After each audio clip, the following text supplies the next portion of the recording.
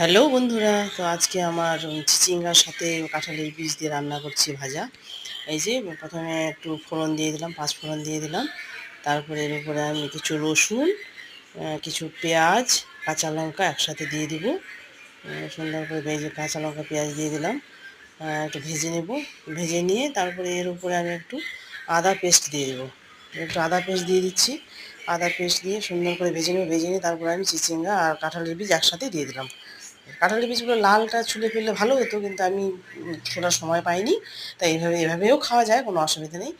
দিয়ে পরিমাণ মতো হলুদ লবণ দিয়ে সুন্দর করে নেড়ে চেড়ে একটু আরও কিছু কাঁঠালের বীজ ছিল রাখা, ওটাও দিয়ে দিলাম। বাকিটাও দিয়ে দিলাম। দিয়ে ভালো করে নেড়ে চেড়ে নিয়ে একটু ঢেকে দিলাম। ঢেকে দিয়ে জলটা শুকিয়ে গেল।